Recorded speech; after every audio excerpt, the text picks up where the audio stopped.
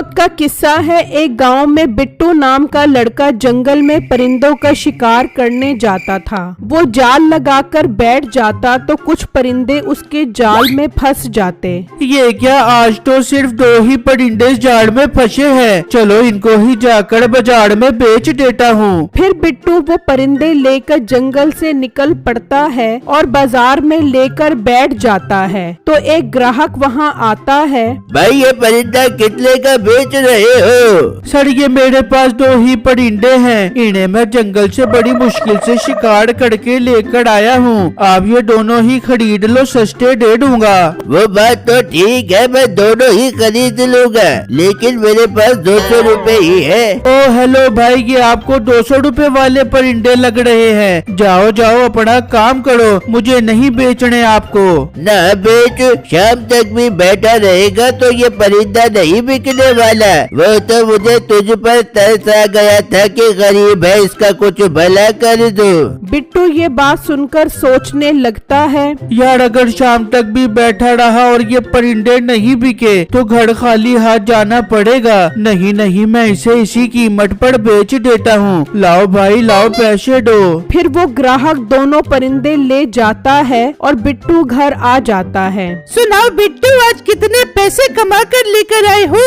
बेगम सिर्फ 200 रुपए ही कमा कर आया हूँ। ये क्या बिट्टू, सिर्फ 200 रुपए? इसमें हम कैसे गुजारा करेंगे? आप कब अच्छे शिकारी बनोगे? बेगम मैं बहुत अच्छा शिकारी हूँ, पर क्या करूँ, जंगल में परिंदे ही बहुत कमाते हैं। तो बिट्टू आप गांव के बाहर जो दूसरा जंगल है वहाँ से शिकार कर लो, वहाँ तो काफी अच्छे परिंदे होंगे। बेगम ये आप क्या बातें कर रही हो? पूरा गांव जानता है उस गांव के जानवर और परिंदे जो भी अपने घर रखता है तो उसके हालात खराब हो जाते हैं। बिट्टू क्या आप भी गांव के लोगों जैसी जाहिल बातें कर रहे हो? आप बस उसी जंगल से शिकार करो, हो सकता है वहाँ बहुत सारे परिंदों का शिकार हो जाए और हमारे हालात भी बदल जाए। ठीक है बेगम, आप कहती हो तो मैं कल सुबह उसी जंगल में चला जाऊंगा शिकार करने। फिर अगला दिन होता है और बिट्टू जंगल में आ जाता है और जाल लगाकर बैठ जाता है। तो एक कबूतर जाल में फंस जाता है। ये क्या, जाल में तो सिर्फ एक ही कबूतर फंसा है। मैं काम करता हूँ, थोड़ी देर और इंतजार करता हूँ, हो सकता है और परिंदे फंस जाएं। फिर बिट्टू वो कबूतर लेकर बैठ जाता है और इस तरह काफी देर हो जाती है। जब बिट्टू देखता है तो उसके जाल में कोई परिंदा नहीं फंसा होता है। मेरे अल्लाह, क्या मेरी किस्मत में इस जंगल में कोई भी शिकार नहीं लिखा। फिर बिट्टू उदास होकर वही कबूतर लेकर जंगल से निकल पड़ता है और बाजार बेचने आ जाता है। तो 2 बंदे उसके पास आते हैं। ओ भाई, क्या तू एक कबूतर की दुकान खोल कर बैठा हुआ है? भाई आज एक ही कबूतर का शिकार कर पाया हूँ मैं जंगल से। अरे सच सच बता, तू ये कबूतर कौन से जंगल से पकड़ कर लेकर आया है? भाई मैं झूठ नहीं बोलता, मैं ये कबूतर गांव के बाहर जो जंगल है वहाँ से पकड़ कर लेकर आया हूँ। आप खरीद लो, मैं सिर्फ 300 रुपए का दे दूंगा।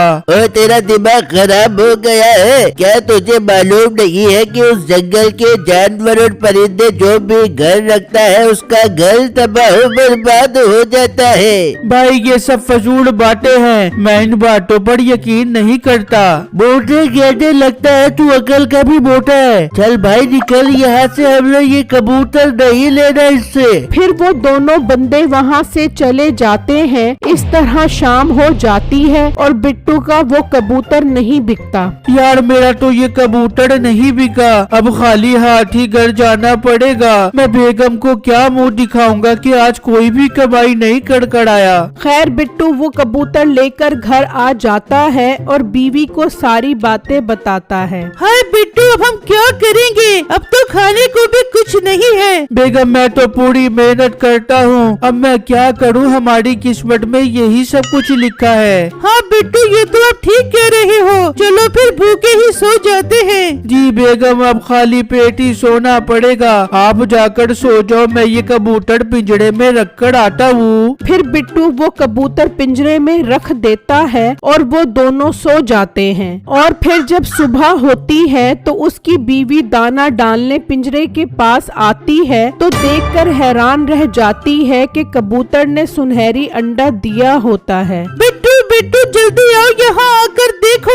तो बिट्टू भागता हुआ आता है। बिट्टू जी ये देखो, इस कबूतर ने सुनहरी अंडा दिया है। बेगम लगता है अल्लाह ने हमारी सुन ली, अब हमारे दिन भी जरूर बदलेंगे। हाँ बिट्टू, अब हमारे दिन जरूर अच्छे आएंगे। आप एक काम करो, इस अंडे को मीठे भाई को जाकर बेचाओ। उसी गांव में मीठे नाम का लड़का सुनार की दुकान चलाया करता था। छोटे मुझे बहुत सुस्ती हो रही है, जाकर कड़क चाय लेकर आ, वो पीऊंगा तो शायद सुस्ती कम हो जाए। फिर वो लड़का चाय लेने चला जाता है, तभी बिट्टू सुनहरी अंडा लेकर आता है। मीठे भाई मैंने ये सुनहरी अंडा बेचना है। मीठा सुनहरी अंडा देखकर हैरान हो जाता है। बिट्टू ये सुनहरी अंडा तुम्हारे पास कहाँ से आया? मीठे भाई वो सब छोड़ो, कहाँ से आया और कैसे आया, आप ये बताओ कितने रुपए का खरीदोगे ये अंडा? अच्छा बताता हूँ, मैं तुझे इसके 10,000 रुपए दे दूंगा।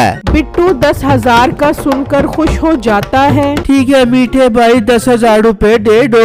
मीठा 10,000 देता है और बिट्टू खुशी खुशी वहाँ से चला जाता है। और मीठा घर आकर नसीबो कैंची को सारी बातें बताता है। मीठे, ये तू कैसी बातें कर रहा है? वो मोटा बिट्टू तो एक मामूली सा शिकारी है, उसके पास सुनहरी अंडा कहाँ से आ गया? ओ मोटी नाक वाली औरत, मुझे क्या मालूम वो अंडा उसके पास कहाँ से आया। हमें तो यही पता लगाना है कि वो ये अंडा कहाँ से लेकर आया है। मिठे, मेरी जान के टोटे तू परेशान क्यों होता है? मैं उसके घर जाती हूँ और बातों बातों में उसकी बीवी से गलवाती हूँ कि वो अंडा कहाँ से लेके आया है। हाँ नसीबो, तू जा और पता लगा।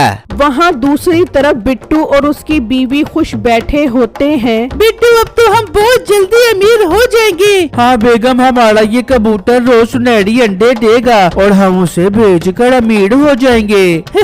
बिट्टू, कबूतर नहीं कबूतरी है। कबूतर भी भला अंडे देता है क्या? बेगम कबूतर हो या कबूतरी, हमें तो अब रोज सुनहरी अंडे मिलेंगे। बिट्टू जी, इसी खुशी में आज आप बाजार से अच्छा खाना लेकर आओ। आज हम पेट भर के अच्छा खाना खाएंगे। ठीक है बेगम, मैं जाता हूँ और अच्छा खाना लेकर आता हूँ, वो भी गज़ाइये से भरपूर। फिर बिट्टू घर से निकलता है तो नसीबो भी आ जाती है। नसीबो बाजी, आपको मेरी याद कैसे आ गई? अरे बहने, हमसाइयों के भी हुकूक होते हैं, उनका हाल पूछते रहना चाहिए। अच्छा बहने, मीठा बता रहा था कि बिट्टू आज उसकी दुकान पे सुनहरी अंडा लेके आया था। वो नसीबो बाजी, बिट्टू जी ने जंगल से कबूतर पकड़ा। नहीं क्या नहीं वो देख, मैं तेरी सगी बहन जैसी हूँ, मुझे तो बताना बहन, मेरे से क्या छुपाएगी तू? फिर बिट्टू की बीवी नसीबो को सारी बातें बता देती है। नसीबो सुनकर हैरान रह जाती है। फिर नसीबो घर आकर मीठे को सारी बातें बताती है। नसीबो, इसका मतलब हमें वो कबूतर चोरी करना पड़ेगा। मिठे, तेरी सोच बहुत छोटी है। अरे पागल, हम उस जंगल में चलते हैं, हो सकता है हमारे हाथ ऐसी चीज लग जाए जो सुनहरी बच्चे देती हो। मोटी नाक वाली औरत, हमने जंगल में क्या संडे का शिकार करना है जो सुनहरी बच्चे देता होगा? हमें भी फिर उसी जंगल से कबूतर का शिकार करना होगा। हाँ मीठे, फिर तू उस कबूतर के अंडे को दुकान पे रख के बेची और खूब पैसे कमा पियो। नसीबो, सब बातें छोड़, अब हमें जंगल निकलना चाहिए। फिर वो घर से निकल पड़ते हैं और जंगल में जाल लगाकर बैठ जाते हैं। तो उन्हें एक आवाज आती है। नसीबो, ये तो मुझे शेर की आवाज लग रही है। मीठे, आवाज नहीं, वो देख शेर आ रहा है, भाग। फिर वो दोनों भागते हैं, शेर उनके पीछे भागता है और वो दोनों भागते भागते दरिया पर पहुंच जाते हैं। नसीबो, मार दे दरिया में छलांग। फिर वो दोनों दरिया में छलांग लगा देते हैं। मीठे, हमें तो तैरना भी नहीं आता। बेगम, तैरना तो मुझे भी नहीं आता। फिर वो दोनों डूब जाते हैं। जरूरी नहीं कि हर इंसान की किस्मत एक